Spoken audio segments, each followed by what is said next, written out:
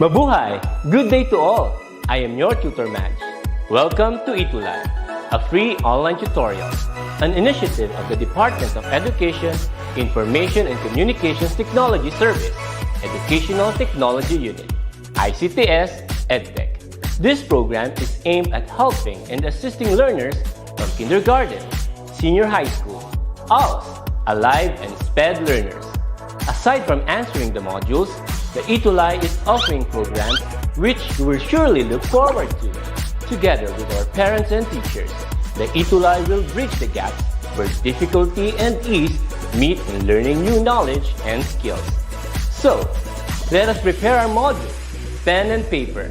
Ready your mind to see and hear worthwhile and interesting lessons.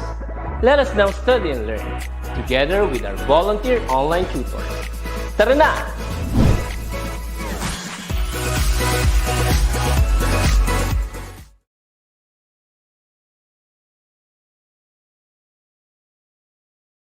The DepEd ETUlay gives you the Senior High School Humanities and Social Sciences program. Get to know your UMStastic tutors for the exciting first semester of the academic year 2021-2022 every Thursday from 4 to 6 p.m. Here they are.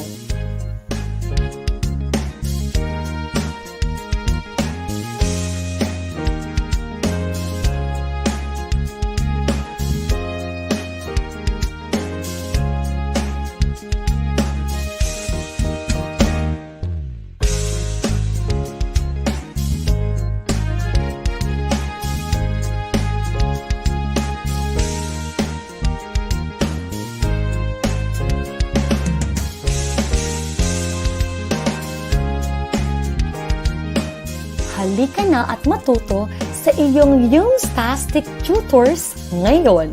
Humanda at sumamang saliksikin ang hiwaga ng humanidades at agham panlipunan.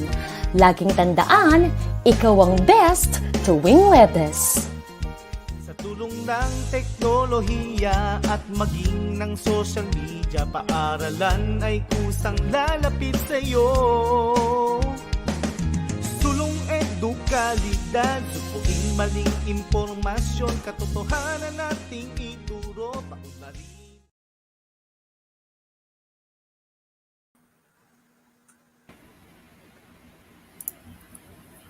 And so, isang UMStastic na hapon, our UMStastic tuties mula Luzon, Visayas at Mindanao, welcome sa inyong DepEd ETUlay online tutorial program. Ito ay handog sa inyo ng Department of Education sa pangunguna ng Educational Technology Unit. Hayaan nyo kami nga samahan kayo sa isang makabuluhang pag-aaral sa hapong ito. Kaya naman humanda na at sumamang saliksikin ang hiwaga ng humanidades at agham panlipunan. Welcome sa inyong DepEd ETUlay online tutorial program. Ako ang inyong UMStastic tutor, tutor aides na always excited to bring learning. At ako naman ang inyong UMStastic tutor G, ang gigil na gigil na kayo ay paglingkuran at matuto sa hapong ito. Sa subject na philosophy, papalawigin natin ang inyong kaalaman sa larangan ng filosofiya because We learn, we create and we think. in philosophy.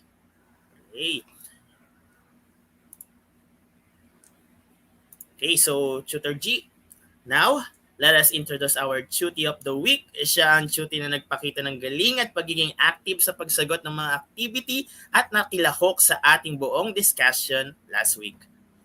Kaya naman gusto naming batiin si Althea Rain Florendo, Section 10 Abad Santos ng Ilocos Sur National High School, SDO Vigan City. Gusto din nating pasalamatan ang kanyang advisor na si Ma'am Joy Jean Marie L. Rapada at principal na si Madam Editha Bagcal. Congratulations! Ayan, so congratulations Althea Rain Florendo. So ako'y natutuwa talaga, Tutor G, at marami yung mga nakilahok sa atin last week. So may mga bago tayong SDO or mga schools na nakita. Tulad nito nga si Altea ay galing sa SDO Bigan City. So meron din tayong galing sa Subic, Zamboanga, Davao. Ang daming bago, Tutor G. Yes. So natutuwa ako at congratulations muli sa ating Tutor of the Week. Sana ay may mga tuties pa na from different divisions and different regions tayong makasama sa susunod na mga linggo. So binabati ko muna, Tutor G, ang aking principal from Cabiao National High School, si Ma'am Hilaria E. Calma at mga co-teachers ko po from Cabiao National High School. Hello po sa inyong lahat. Yes, ako naman po, Tutor AIDS. Gusto ko rin mag-hello sa ating mga tuties na kasama natin ngayon, sa mga parents, teachers, lalo na sa mga co-teachers ko sa Maligaya National High School, sa pangunguna ng aming butihing principal na si Ma'am Jesus Dibote. Hello! Ayan. So welcome, tuties and parents, to our subject, Introduction to the Philosophy of the Human Person. Yes, this is our quarter 2, week 2, freedom and responsibilities. So again, gusto naming pasalamatan ang DepEd Regional Office 9, Zamboanga Peninsula para sa module na gagamitin natin today. Yan. So before anything else, ito rin po yung mga objectives natin. So at the end of the session, you should be able to realize that A, choices have consequences. B, some things are given up while others are obtained in making choices. And show situations that demonstrate freedom of choice and the consequences of their choices. Yes. So now this is the continuation of our lesson last week. So our lesson 2 is all about freedom and responsibility also. Okay. Okay, freedom of the human person. So a fundamental attribute of being human, as entrenched in the human spirit, is freedom. To understand freedom, humanity cannot pursue it within the parameters of the physical or natural world alone. Okay, it must order to the truth of the all-divine one. Tutor AIDS. Okay, thank you, Tutor G. So, fundamental. So, pag sinabi nating fundamental, Tutor G, that is what we call necessary or essential. Okay, essential attribute sa tao. Okay, na naka-establish na sa human spirit natin as freedom. So, napakalawak na ng definition natin ng freedom, Tutor G, because sabi dito, freedom ay naka-establish na yan sa human spirit natin. So, even though pagkapanganak sa atin, we have the freedom na. So, sabi rito, we cannot define in the parameter of physical and natural world ang definition ng freedom. Kasi madalas natin dinidefine ang freedom sa kung ano yung nangyayari sa atin sa paligid natin. Example, meron tayong kalayaan pumili kung sino ang gusto natin iboto. Meron tayong kalayaan kung anong gusto nating sabihin doon sa tao or sa social media. So, doon natin dinidefine ang freedom. So according sa definition na binigay ni Tutor G, hindi natin madidefine ang freedom by the use of physical or natural word alone. Okay? Because it is in the order of the divine one. So medyo malalim na ang pinaghuhugutan ng definition natin ng freedom, Tutor G. Nasa divine one na tayo. Okay? So banal. Okay? So Tutor G. So according here, to be free is part of our transcendence. Okay? It is going beyond situations such as physical or economic. Our dreams cannot be halted and not guaranteed by neither our economic progression nor our physical outlook. The need for critical thinking as a tool toward truth and freedom is compulsion. Ayan, Tutor G. Okay. Okay, so ang pagiging malaya natin, sabi natin, ay bahagi ng ating transcendence. Di ba nasabi natin before na ito ay ang pag-exceed ng higit sa kakayahan natin. So hindi lang natin pinag-uusapan dito ang patungkol sa mga sitwasyong physical or sabi nga economic, yung mga pangarap natin ay hindi pwedeng hadlangan or mapigilan ang ating pag-unlad. So sa kabilang banda, hindi din naman ito guarantee ng ating pag-unlad. So kailangan pa rin na meron tayong critical thinking upang makamit natin ang kalayaan or yung freedom as we know it. Ayan. Okay, now the first objective is realize that all action have consequences. Okay, we have the word power of the phrase power of volition. So the power of volition is the power to make your own choices of decision. As said, the will of humanity is an instrument of free choice. At a certain point in life, we were to make choice that either led us as victors or as more experienced ramblers in life. The result of these choices are our present. Ayan, tutor aids. Ayan, so thank you very much, Tutor G. So the power of volition. Siguro bago tayo sa word na volition, Tutor G. So pag sinabi natin kasi volition, this is our will, this is our wish. Okay, so the power of volition is nagko-concentrate yan with making own decision. Sabi nga natin, as humanity, we have what we call we are free from making choices, or kasama na dyan yung the power of volition kung saan gumagawa tayo ng mga decision. So it depends on your decision. So sabi rito, it can either lead you to a victory or it can either express or more experience rumble in life. So it depends on you because you have the freedom of decision kung saan makakarating yung mga decision mo sa buhay. Pwede kang magtagumpay or pwede kang masira sa iyong mga decision. It depends on the power of volition. Ayan. Thank you, Tutor G. So next. Yes. Now let us have an activity, tutor aids. Okay, so we're going to have an activity 1. So our direction. In the figure shown on the next slide, we will show you a problem of choice in the main road and available choices in the intersection roads. You will comment your decision and why. So, magpapakita kami rito ng mga problems of choice. So, meron ditong road, tama, Tutor G? So, mamimili lang kayo ng road kung saan kayo pupunta, and then i-comment nyo yung road na yon and bakit. So, hihingi namin yung inyong explanation kung bakit yun yung pinili ninyo. Okay, so Tutor G. Okay, tutor A. So let's begin. So first we have vaccine for minors. So let me read first the roads. Letter A, I don't want to be vaccinated. B, I will go and be vaccinated. And letter C, I am undecided. So we have first vaccine for minors. So ito ay napapanahon, tutor aid, since papasok na tayo sa second year ng ating pandemic. Okay, ano kaya ang naiisip ng ating mga tuties tungkol dito? So anong choice kaya ang inyong pipiliin? Aling road? Is it A, B, or C? Vaccine for minors. Ano ang inyong stand dito sa ating topic? First activity. Ayan. Ayan, may sumagot na, tutor aids. May mga sumagot na. So first, let me read. Althea Natividad. Ang kanyang sagot ay B. I will go and be vaccinated because it will help me and other people to be safe from COVID-19. Yan, tama, tutor aids.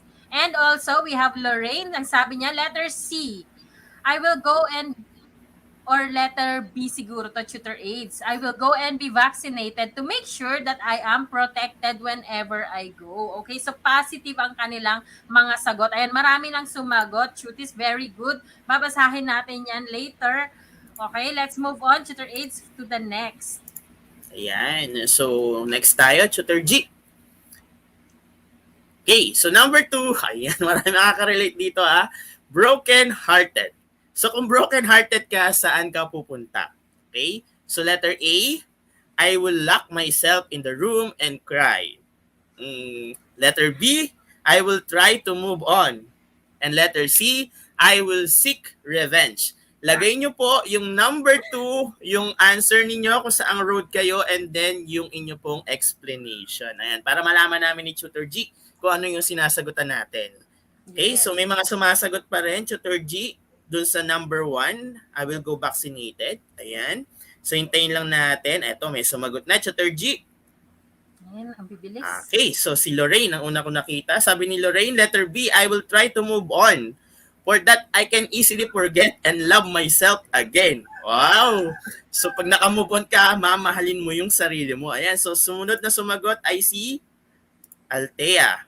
Ayan, so sabi ni Althea, letter B, I will try to move on because if I lock myself in my room or take revenge, it won't do me any good. And if I move on my life can be even better. So kung mag-move on daw siya, magiging mas better ang kanyang buhay. Ayan, so maraming sagot dito.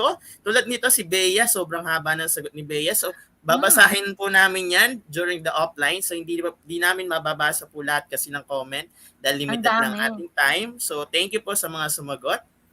Yes, Tutor Aids, ang daming mga sagot. Thank you, Chuties. Okay, the last one. Okay, last na to. Next, okay, we have number 3, face-to-face classes. So, letter A, I will read the roads. A, I will comply with my school. B, I will not participate. Or C, I am undecided. Okay, so face-to-face ang last na topic natin. What will be your decision if the decision is all yours? Since, syempre, maraming adults na sa senior high school. Ano ang inyong decision? Okay, pag 18 and above, makaka-decide na sila, Tutor Aids. Ayan, may sumagot na Tutor Aid. So we have Althea Natividad. Ang kanyang sagot sa number 3, A, I will comply with my school because if that is the government's decision, I will follow it because schools will not open if it is not safe for students. Tama naman siya. And in fact, it is difficult to study if there is no teacher. So it is good to have face-to-face classes. Tama naman siya, Tutor Aids. And then we have another one. We have Lorraine. Ang sabi niya, letter A then, I will comply with my school. I am learning more when I am at school and I also miss attending school. O, namimiss daw niya ang kanyang school, ang pag-attend ng classes. Ayan. Also, let's read Leslie Tongohan's answer. Ang sabi niya, I am undecided because my parents will be the one who will decide for me. Ayan. So, nire-respeto niya ang kagustuhan ng mga magulang niya. Ayan, Tutor Aid. So, marami tayong mga sagot. Thank you, Chuti, sa inyong mga sagot. Babasahin natin yan offline. Okay, thank you. Okay, thank you, Chutis, sa mga honest answers ninyo. Talaga naman napaka-honest ng mga Chutis natin with regards sa giving explanation. So, meron tayo rito, Tutor G, deepen your understanding. So, according to Jean-Paul Sartre, emphasized the importance of pre-individual choice regardless of the power of other people to influence and coerce our desires, beliefs, and decision. To be human, to be conscious, is to be free to imagine, free to choose, and be responsible to one's life. Okay, thank you, Tutor Aid. So, binibigyan din ni Mr. Jean-Paul Sartre ang kahalagahan ng kakayahan ng bawat tao. Di ba sa mga pagsagot ninyo dun sa mga questions natin a while ago, yung tungkol sa face-to-face, broken-heartedness, at vaccine, kayo mismo ang nagde-decide para sa sarili nyo. So, ine-emphasize dito sa Deepen Your Understanding na mahalaga ang inyong individual choices. So, kahalagahan ito ng inyong kalayaan. Okay? Ano man ang kakayahan ninyo or kapangyarihan ng ibang tao sa inyo, impluwensya ng ibang tao sa inyo, tulad na lang ng sagot ng isang tuti natin na ini-impluwensyahan pa rin ng magulang niya ang kanyang mga choices. Okay. Okay naman yon. But we should still know the importance of our own choices. So kahit ini-influensyahan pa rin ng ibang tao ang ating paniniwala, ang ating desisyon at mga hangarin, sa atin pa rin ang kalayaan. Okay, Chuti? So sinasabi ni Sartre na para maging ganap na tao, dapat daw ikaw ay malaya. Malaya sa isip, malayang pumili at maging responsable sa sarili mong buhay. Ayan. I hope it is clear, Chutis. Okay. Now, let's have an important question here, Tutor Aids.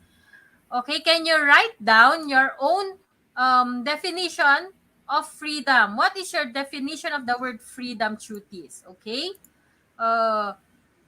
Isusulat natin sa ating comment section. Antayin natin, Tutor Aids, kung ano yung kanilang idea of the word freedom. Sarili nyo lang sagot. No? Hindi galing kay Merriam-Webster. Okay? Tutor Aids. Ikaw, Tutor Aids, ano so, para sa iyo ang freedom? Ayan. So, kanina pa nga natin binabanggit, Tutor G, ang freedom. Yes. So, siguro sa akin, Tutor G, when we say freedom, this is about being responsible. Okay? Kasi alam Yes. naman natin when it comes to freedom, kailangan natin maging responsable kasi hindi porket you have the freedom ay kaya mo nang gawin lahat. Kailangan maging responsable ka rin sa lahat ng ginagawa mo. At syempre, kailangan may paninindigan. Ayan. So ikaw, Tutor Yes. G, bago tayo Oh, tumingin dito ng ibang comment. yes, marami na. So, para sa akin man, ang freedom is the power, kakayahan, kapangyarihan para gawin mo ang gusto mo. Ayan, to do what you want to do. Yun naman sa akin ang freedom. Okay, so let's read Tutor H yung mga sagot. Ang dami ng mga sagot. Okay, kay Jen Ausa, for me, freedom is like a flying bird. It flies as far as it wants. It flies without hesitation. Also, freedom generally is having the ability to act or change without constraint. Ayan, very good, Jen. Okay, another one, we have Tristan. Ang kanyang sagot, freedom is the condition of being free from restraints and having the right to be me and express myself. Ayan, Tutor 8. So, okay, we also have Joseph Conrad Bulaklak. Ang kanyang sagot, freedom is one kind, that being love that lives in freedom. Ayan ang kanyang sagot. Okay, thank you, Chutis. So, maraming mga sagot, Tutor Aids, ng ating tanong na freedom. Ayan ang gagaling ng ating mga Chutis. Ayan. Actually, gusto ko yung sagot ni Conrad kanina, ni Joseph. Freedom is love. Ayan. So, ngayon, let us have our defend your freedom. So, based on the description or definition, you have loosely formulated. Ayan, nababasa pa rin namin yung mga definition ninyo. Complete the following sentences. Okay, based on your given definition, paki-complete lang yung mga sentences natin. Okay, number 1, I am free because I will strive to be blank. Yan. So, hintayin namin yung sagot ninyo. Again, I am free because I will strive to be blank. Yan. So, based on your given definition kanina, mga chutis, pakikumpleto lang ang ating sentence. Number 1, ayan, so may sumagot na, Tutor G. Sabi rito, I am free because I will strive to be a good person. Sabi nga natin, kaagapay ng freedom is responsibility to be a good person. Thank you, Lorraine. And then, meron din dito, according to Jen, to be a strong person. Then, to bring me down. Yan, parang 1 and 2 na yata sinagutan ni Lorraine dito. So, ayan, si Jen, sabi, to be a strong person. Ayan, nababasa namin yung mga comment ninyo. And then, ang gaganda ng mga sagot nila, Tutor G. So, punta na tayo sa number 2. Okay, for number 2, I am free. Ayan dugtungan natin. I am free because I will not allow. Okay? You are free dahil hindi mo papayagan na mga cuties. Ano ang inyong sagot? So, marami silang mga sagot. Tutor 8 sa number 1. So, sabi ni Arlea, isang bago nating cutie, I am free because I will strive to be a better person. Tama.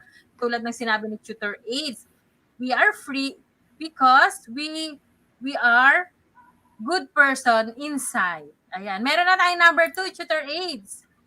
Si Bea May Empainado, ang kanyang sagot, I am free because I will not allow people to step on me because they have no right to do that. Tama, si Bea. Yes. Hindi mo papayagan na aapakan ka na lang or mamaliitin ka ng ibang tao. Next, we have Leslie. Ang kanyang sagot, I am free because I will not allow my problems to bring me down. Ayan. Hindi ka dapat panghihinaan ng loob kung may mga dumarating na problem sa buhay mo. Okay, you have to stand tall and stand up for your problems. Next, we have Bea. Ang kanyang sagot, I am free because I will not allow people to step. Naulit na natin to, Tutor Aids. Okay. And another one, we have Crystal Ashley V. Lucas. I am free because I will not allow them to disrespect me. Ayan, ang gaganda ng mga sagot nila, Tutor Aids. Yan, so very good po tayo. So, okay, so Tutor G. So we have here social contract. So what is social contract? So the law of nature or lex naturalis is a precept established by reason by which a person is forbidden to do what which is destructive of his life or takes away the means of preserving the same, and to omit that by which he think it may be best preserved. Yes, Tutor A. So, meron tayong idea dito ng social contract. Now, in political philosophy kasi itong social contract, Tutor A. So, social contract is yung mutual or actual agreement between members of society. It is patungkol ito sa pagrespeto sa rights ng bawat isa. So, okay. So, may kasunduan dito na need natin respetuhin ang mga karapatan ng ating kapwa, ng bawat isa. So, ipinagbabawal na gawan mo daw ng masama or sirain or kitilin ang buhay ng iyong kapwa. Okay? So, may need para pangalagaan ang ating buhay at pangalagaan din ang buhay ng ating kapwa or ng bawat isa. Ayan. Okay, next we have choices is equal to consequences. Ayan. Okay, so choices have consequences and some things are given up while others are obtained in making choices. One innate value amongst Filipinos are kagandahang loob, kabutihang loob, kalooban, and utang na loob. Okay? A Filipino value that centers on one's self-sharing to others. Ayan, Yan. Tutor So, Ace. choices equals consequences. So parang yan. So parang gusto kong dagdagan yan, Tutor G.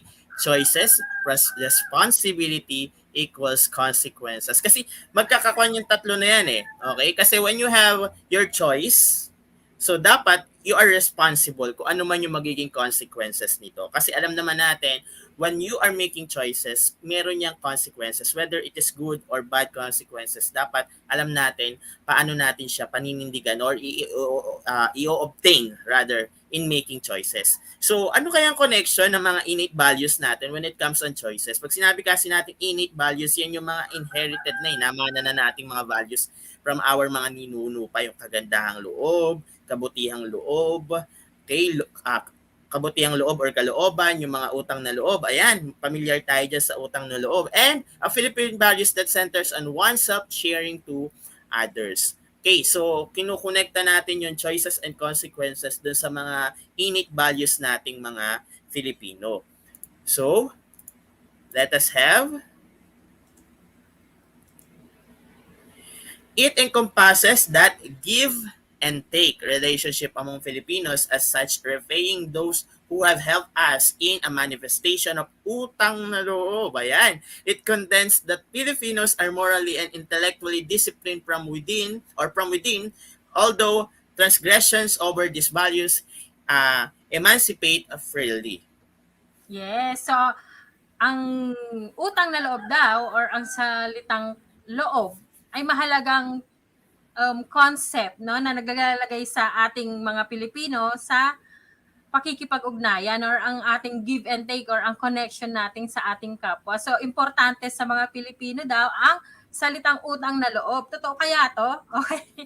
So, nasabi natin na ang salitang utang na loob ay sumasakop yan sa idea ng give and take nga. Tulad ng pagsukli, kung may ginawa sa'yong mabuti, parang iniisip mo na kailangan din nating suklian ito ng mabuti. Yung taong tumulong sa atin, tutulungan din natin. Ayan. So, pinapakita nito na yung mga Pilipino ay morally upright or disiplinado ang kalooban. Naniniwala sila na doing good to others, yung may kapalit. Doing good is doing good to others and others will do good to you. Di ba? The idea is malaya tayo pero wala tayong paglabag sa mga kapwa natin. So, dinidisregard naman natin yung idea na paggawa ng masama ng ibang tao. Pero as a whole, Filipinos are morally upright and disiplinado ang kalooban. Okay? So, sinasabi natin na marunong tayo sa pagsunod at paggawa ng tama sa ating kapwa. Ayan. Utang na loob. Okay. Now we have the freedom of choice and the consequences of their actions. So, freedom, which can be understood in the act of choosing, can never be compartmentalized in the act of thinking. One must necessarily be conscious of his choosing and take its notch as his responsibility. If not, he be left to none but to an obvious quandary. Filipino standards or values have its median of either advances or impedes. The consequences are all but a result of Filipino close-knit interpersonal relationship. Ayan, tutor aids. Yan. So sabi nga natin, Tutor G, that the freedom is the act of choosing. Okay? So dapat when you are choosing, okay, kung gagawa ka ng decision, dapat you are conscious of making your own decision. Kasi hindi naman tayo gumagawa ng decision na hindi natin alam. Okay, walang gano'n na, ay, sorry, mali yung naging decision ko kasi hindi ko alam yung ginagawa ko. So, be responsible in making decision because you must be conscious, okay, sa paggawa ng decision. At yung mga Filipino values natin, sabi rito, is may mga kaagipat yang consequences na results of being freedom and having choosing their own decision. Tulad na lang ng utang na loob, okay? Kasi pag sinabi nating utang na loob, Tutor G, parang yung freedom natin ay nawawala na.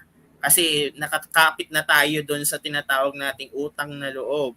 So, oy, may utang na loob ka sa akin, so gagawin mo yung gusto ko. So, parang nawawala yung freedom or yung ability natin to make choices. So, yun yung parang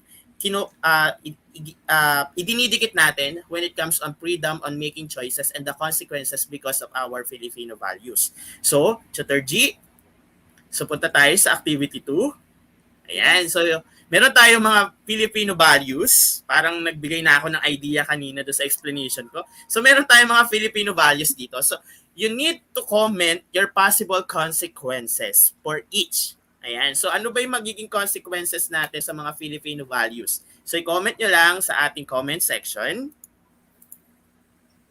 Okay, tutor aids. So first one, Tutor G, we have here, ayan, nasabi ko na kanina, problem natin is utang na loob. What will be the prudent choice or consequences kapag meron tayong utang na loob? Yan, so hintay tayo ng mga sagot coming from our tuties. Pwede itong positive or negative, tutor aids. Yes. Yung kanilang sagot. Ano bang choice ang gusto nilang ibigay about utang na loob? Yung idea ng utang na loob.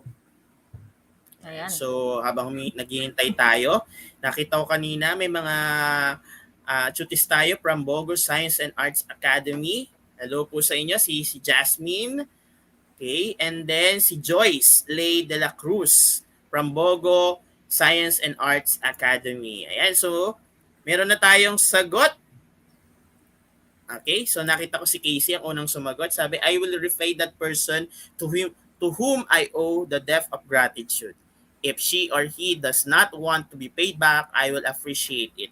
And it will I will thank him or her for what she or he has done of kindness to me. If someone has been kind to you, attempt to repay the favor by doing the same. Okay, so kung may taong gumawa daw sa iyo ng mabuti, syempre, kailangan mo namang mag-repay sa paggawa rin ng mabuti. Ayan si Althea, sabi utang na loob should not be a problem for people because it will help others. We should not wait for anything in return.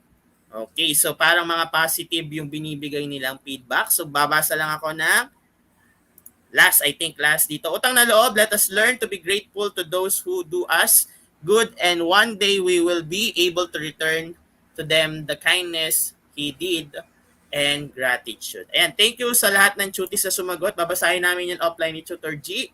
Yes. So next na tayo, Tutor G. Okay, we have number 2, compadre system. Ayan. Ano nga ba yung compadre system? Shooties. Ano ang inyong sagot para sa ating number 2, compadre system, or yung tinatawag natin tutor aids na padrino system, di ba? Tutor aids, ayan. Ano bang idea natin para sa number 2 is ano yung inyong prudent choice? Okay, para sa compadre system. Pwedeng positive, pwede rin namang negative dito. Ayan, may sagot na tayo, tutor aids, si Leslie Tongohan. Okay, ang sagot niya sa compadre system, dapat nang maalis ang sistemang ito upang maging malinis ang mga kalakalan at mga organisasyon sa ating lipunang kinabibilangan. Ayan, very good, Leslie. So, para sa kanya, negative yung compadre system. Okay, basahin ko muna yung kay Bea May Empainado, ang kanyang sagot. Let us strengthen our relationship with our neighbor. Whatever you have in each other, we must take care of it and grow it so that the relationship is not wasted. Ayan, positive naman yung kay Bea, Tutor 8. So, basahin din natin yung kay um, Joseph Conrad Bulaklak, ang kanyang sagot, if you hate someone, they can be a good idea to know the people, each other. So, pinag-usapan niya siguro dito, Tutor Aids, kilalanin natin ang ating kapwa. Ayan. Ayan din si Lorraine. Ang kanyang sagot, pagrespeto sa bawat isa. So, ang dami ng mga sagot, Tutor Aids. Si Ira, last na, we should respect each other. So, importante ang respect para magkaroon tayo ng compadre system or yung padrino. Yun yung kanilang idea ng compadre system. Okay, may negative tayo at may mga positive din. Ayan. So, mamaya babasahin natin lahat yan, cuties. Let's move on to the next one. Ayan. So, respeto sa nakakatanda. Okay, again parang positive siya, pero we can also give a negative impression or consequences. Okay, sa respeto sa nakakatanda. Okay? So ano yung prudent choice ninyo pagdating sa respeto sa nakakatanda? Yan, may sumagot na si Lorraine. Sabi niya rito, pagsabi po ng po at opo sa tuwing nakikipag-usap sa nakakatanda, which is good. Okay? That is the choice of Lorraine. Kapag rumirespeto sa nakakatanda, may po at opo. Okay? And then, according to Jen, respect the elders and honors them. Use po and opo when you talk to them. Tama nga naman, respect and honor the elder. Ayan. So, respect everyone. So, number 2 yata. And we should respect them especially when we talk to them. So, yun yung mga positive na kumbaga, output nila or prudent choice nila when it comes to number 3, Tutor G. Respeto sa nakakatanda. Ayan. So, next number tayo, Tutor G. Yes, for number 4, makajos. Okay? Makajos. Ano ang inyong idea dito sa salitang makajos or ang idea natin ng makajos? Ano ang prudent choice na inyong gagawin pagdating sa idea ng makajos? Okay. So, antayin natin, Tutor H, ang mga sagot ng ating mga tuties. So, sumasagot pa rin sila sa number 3. Ayan. Wait lang natin kasi, ayan. So, meron tayong sumagot si Jen Ausa. Ang kanyang sagot, go with them, serve God, and worship together. Ayan. So, nakikisama siya na mag-worship daw. Okay, kay Bea, makajos, God should be the one we recognize and trust the most because He is the only one who truly choose and love us. So He should be the one we prioritize, worship, thank, and above all, serve. Ayan. Okay, and next we have Casey Lynn Macareg Belano. Kaya sagot, faith in Almighty God must not only be visible, it must be instilled in the heart, mind, and life, and it must be supported and enriched by us. Okay, Tutor 8, so ang dami ng sagot na dumating, okay? Lumalabas na lahat ng mga sagot sabay-sabay. Pero basahin natin yan later, Tutor 8, para naman hindi masayang ang kanilang effort. Let's move on to the next one. Thank Ayan. you. So, the last one, Tutor G, is ako ang boss. Ayan. So, ano ang prudent choice natin when it comes to this problem or statement? Ako ang boss. Ayan. So, hintayin natin. Meron nang sumagot. Si Leslie, napakabilis. Sabi ni Leslie, number 5, di nawawala ang pag-ugali ng ibang tao na pagiging bossy. Hindi din ito nakakaganda ng isang relasyon mo sa isang tao, kaya naman dapat maging balanse ang iyong ugali, lalo na kung trabaho ang pinag-uusapan. Huwag daw piling boss, sabi ni Leslie, dahil sa trabaho dapat tayo lahat pantay-pantay. Even you are the boss, dapat tinatrato natin na maayos ang ating mga katrabaho. And then, responsibilidad ang pamumunuan at respetuhin ang nasasakupan. That is according to Lorraine. And last one, siguro basahin natin yung kay Casey. Sabi niya, being a boss is a privilege. Tama nga naman. So we need to be a great boss and also a great leader and at the same time, a great listener. Sabi nga natin, Tutor G, iba ang boss sa leader. So dapat siguro you must be a great leader, hindi yung a great boss. Kasi wala namang great boss. Kasi pag from the word boss, bossy. Okay, yung leader, lead. Ayan. So, yun yung po yung mga comment nila. Babasahin natin lahat yan. sa pag nag-offline na kami ni Tutor G. So punta na tayo, Tutor G, sa next slide natin. Okay, Tutor Aid. So, the next one is we have to wrap up now. Ayan, so the will of humanity is an instrument of free choice. It is within the power of everyone to be good or bad, worthy or worthless. That is anonymous. Okay, so muli, narito ang bumubuo ng Senior High School Humanities and Social Sciences. Yes, lagi po tayong sumubaybay tuwing alas 4 ng hapon para sa Philosophy of the Human Person. Okay, for your feedbacks, duties, and suggestion, you may visit the tinyurl.com/ETUlay feedback form kung meron kayong gustong i-feedback sa amin ni Tutor G. Yes, or you can scan the QR code that you are seeing on your screens right now. So, thank you. Dito na nagtatapos ang ating Yumstastic episode para sa pangalawang linggo ng quarter 2 ng ating online tutorial. Muli akong Yumstastic tutor, Tutor Aids, na always excited to bring learning. Yes, maraming salamat sa inyong pagtutok and we hope to see you next week. Muli ako si Yumstastic Tutor G, ang gigil na gigil na kayo ay paglingkuran at matuto sa hapong ito.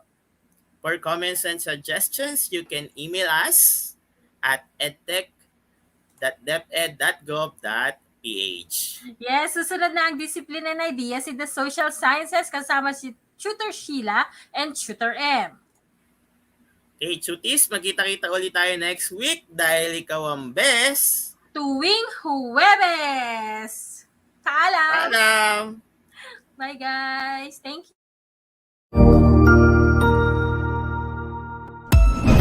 Ang husay naman! Natapos mo ang iyong tutorial session kasama ang iyong mahusay na ETUlay tutor. May bago ka bang natutuhan? I-share na yan gamit ang hashtag #ETUlayLevelUp. Huwag aalis ha dahil may susunod pang programa na pwede mo ring panoorin at salihan dahil naghihintay na ang iyong mga tutors. Happy learning dito sa ETUlay!